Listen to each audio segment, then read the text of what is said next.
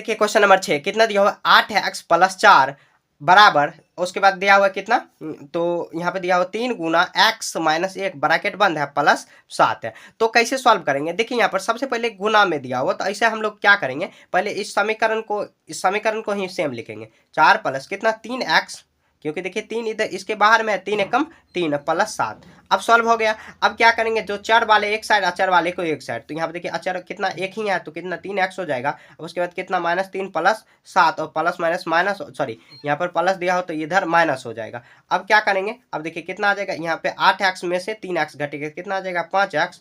अब उसके बाद देखिए यहाँ पर -3 और यहाँ पर सॉरी यहाँ पर कितना है -3 है -4, तो माइनस वाले को एक साइड रखेंगे मतलब 7 करेंगे, तो कितना आ जाएगा -7 और प्लस 7 आ जाएगा, तो कितना आ जाएगा 5x। अब बराबर कितना आ जाएगा यहाँ पर 0।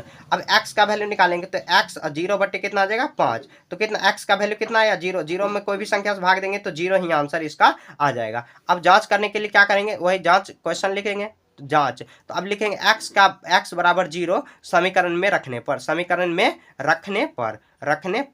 तो अब कैसे सॉल्व करेंगे, तो कितना आ जाएगा 8 गुना 0 अब प्लस 4, उसके बाद कितना करेंगे बराबर में, तो कितना आ जाएगा, तो यहाँ पे आ जाएगा 3 और गुना 0 -1 और प्लस में कितना आ जाएगा 7 आएगा। अब क्या करेंगे यहाँ पर, तो आसानी से इसको सॉल्व, 8 गुना 0 तो 0 प्लस 4 आएगा। अब उसके बाद देखिए यहाँ पर 0 में से कितना आ जाएगा, मतलब 0 में से 1 घटेगा। मान लीजिए आपके पास 1 भी रुपया नहीं है, आप 1 रुपया खर्च किए तो 1 रुपया आपके पास कर्ज हो जाएगा, तो -3 हो जाएगा, गुना करेंगे क्योंकि -3 1 बचेगा। अब -1 में 3 से गुना करेंगे तो -3 और प्लस 7 हो जाएगा। अब देखिए 4 में अगर शून्य जोड़ेंगे तो 4, यहाँ पर 7 प्लस में 3 घटाएंगे कितना आ जाएगा 4 आएगा, तो दोनों बराबर आया, तो लिखेंगे अतः समीकरण हल, मतलब अतः जांच हुआ, अतः जांच हुआ, हो गया। तो देखिए कितना आसान है, क्वेश्चन हम लोग लिख दिया। उसके बाद देखिए यहाँ पर सॉल्व करने वाला था, तो क्योंकि गुना में दिया हो तो गुना को ऐसे ही सॉल्व करेंगे। 4 अचर को हम लोग पहले पूरा करेंगे, कौन चर है कितना अचर है ये पहले पता कर लेंगे। अब देखिए 3x गुना -3 आया प्लस 7, तो ये अब देखिए प्लस में है तो माइनस में कर देंगे तो 5x, यहाँ पर -3